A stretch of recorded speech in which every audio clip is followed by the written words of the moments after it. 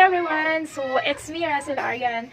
So, Sunday ngayon. Ayan, happy Sunday. So, magagabi na nga yan. Kauwi ko lang talaga galing church. And, nakakatuwa kasi pag uwi ko, alam mo yun. Parang, alam mo yun, may blessing agad. So, may nagbigay sa cake. Ayun o, guys. Oh, wow! Cake.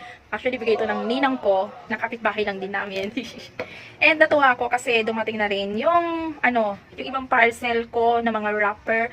Yes, nag-order kasi ako ng mga flower wrapper. Ayan, para naman mag-level up pa yung ating gagawing mga flower bouquet. And isa to sa mga kinatutuwa ko dahil yung unexpected talaga ito. Yan, dahil si My Love, inorderan niya ako ng tsanana. So, diba? Flex ko lang. Ayan. So, kulay pink talaga. Oh. Ang ganda ng pagka-pink niya.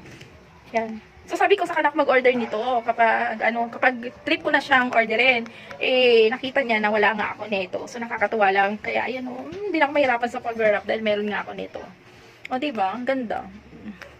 At syempre, another good vibes Sunday din dahil ito na, tatlong kulay ng aking mga wrapper dumating today. So, ito yung nasa harap nga is coffee and meron purple and red siya. So, tatlong kulay siya.